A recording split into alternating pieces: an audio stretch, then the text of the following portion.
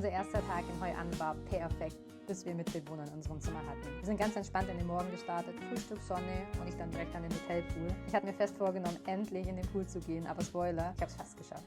Aber allein dieses Nicht-Müssen war einfach so schön. Und dann kam der Plot-Twist. Mein Mann merkte plötzlich, dass wir nicht allein sind. Und naja, wir konnten es nicht so richtig identifizieren. Und ich sag's mal so, wir haben es sehr schnell beschlossen, wir möchten das Zimmer wechseln. Ich muss sagen, das Hotel hat aber richtig professionell reagiert. Ohne Diskussion hat uns sofort ein Upgrade in ein höheres Zimmer gegeben. Also alles kurz packen, Zimmer wechseln und durchatmen. Und dann wieder zurück in den Urlaubsmodus. Am Nachmittag ging es dann mit dem Shuttle nach Hoi An rein. Und Leute, wow, diese Stadt ist einfach wie ein Film. Kleine Gassen, überall Lampignons und sobald es dunkel wird, leuchtet wirklich alles. Abends sind wir durch die Altstadt geschlendert, haben super lecker gegessen und am Fluss die Boote gesehen. Absolute Magie. Und kleiner Spoiler, das war der Abend, nachdem es mir noch richtig gut ging. Wenn du Part 4 sehen willst, folge mir gerne.